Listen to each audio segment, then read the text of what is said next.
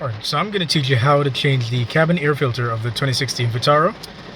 This is specifically for the 2016 model, however, other models are probably the same, more or less. You can extrapolate as you need to. Now, what do we need to actually get this thing changed? You're going to need two things. One, you're going to need your actual hands, right? And you're going to need a replacement air filter. Now for this demonstration video, I don't have a replacement air filter because I'm not changing mine right now. This is based on a request, so I'm just going to do the best possible for the limitations.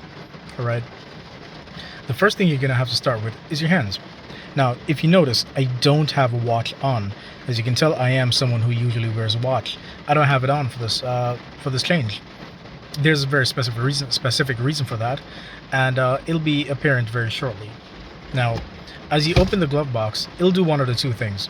It'll either open very slowly, or it'll fall very quickly.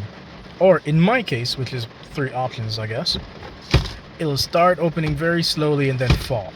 Right? This is because my hydraulic arm is broken.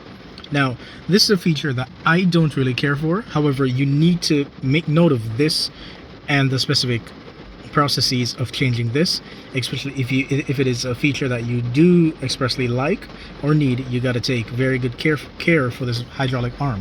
So that's the first thing that we're going to start with. You're going to undo the latch. Now, if you notice, I'm also not taking the documents out of my glove box. It's not a necessity for me to do that, right? So you open it. Now, for this arm, if you look really closely, there's a little plastic piece sticking out, stopping this thing from coming out.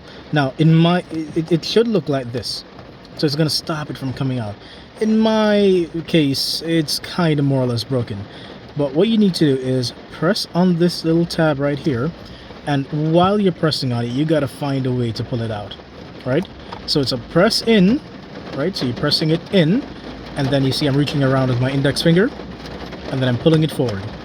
Alright, and that's all you need to know as it relates to releasing this hydraulic arm. Now, the next thing that you're going to have to take care for, feet, right? So there's a rail running horizontally on the plastic body, right? And there's some feet, right? I know you're not going to be able to see it all that well, but there's some feet attached to it. Now, if you hold the entire plastic piece right here, if you just hold it, put your thumb here and hold it, and you hold it and just pull it, yep, that's it. It just comes all undone. That is it. Now, if we want to look at the rail more, here's where you put feet 1, and here's, well, foot 1, here's where you put foot 1, and here's where you put foot 2, right? If you look at the box itself, it has grooves right here, and it has a groove right here. Alright, as you can see, everything is intact in the glove box. Now what I'm going to do is just grab the glove box and set it aside. Alright, cool. Now, since we're here, let's identify a few things. The hydraulic arm. Now, the same process of pinching it and pulling it should be the same thing here. However, as you can tell, mine is not that well, so it doesn't matter. Again, I don't care for the feature. Matter of fact, after this video, I'm gonna just take this off because I don't care. But if you do care, you can leave it in and leave it hanging like this for the rest of the fitment, because you're gonna just plug it in and then you're gonna just draw this down and you're gonna attach it back, right? Cool. Now here we have the unit.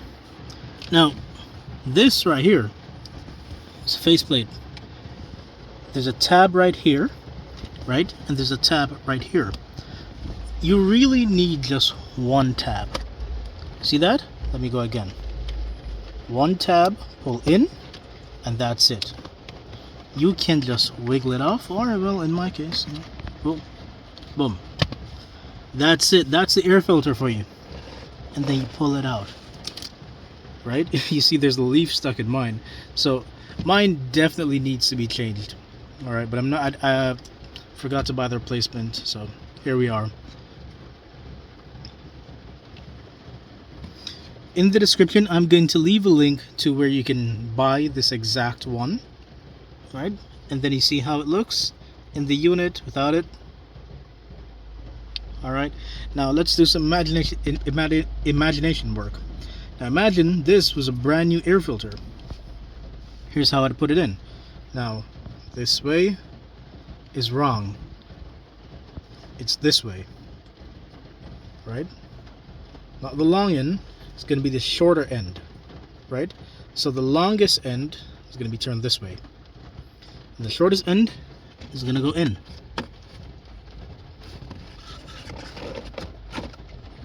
And that's it. Now you're just gonna have to do everything in reverse, right?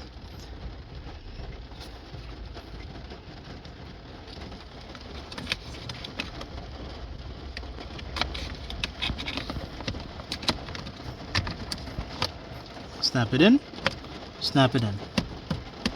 That's it. Now, take due caution for the hydraulic arm. We're gonna need to decompress that, right? Now, putting it back in is just a matter of,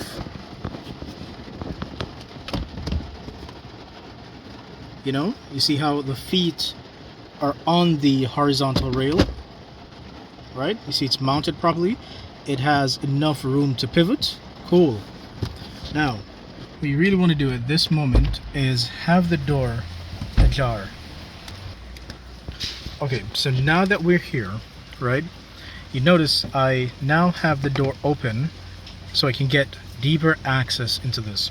Now, you want to make sure in connecting this, right, it's pivoting properly, and you're going to actually connect it back. So I'm just right now just using my foot to hold it up, right? So you're just going to kind of have to push on it a little bit until you get it in. Now, as it relates to these are little rubber dampers right here. You're just gonna really have to push it in.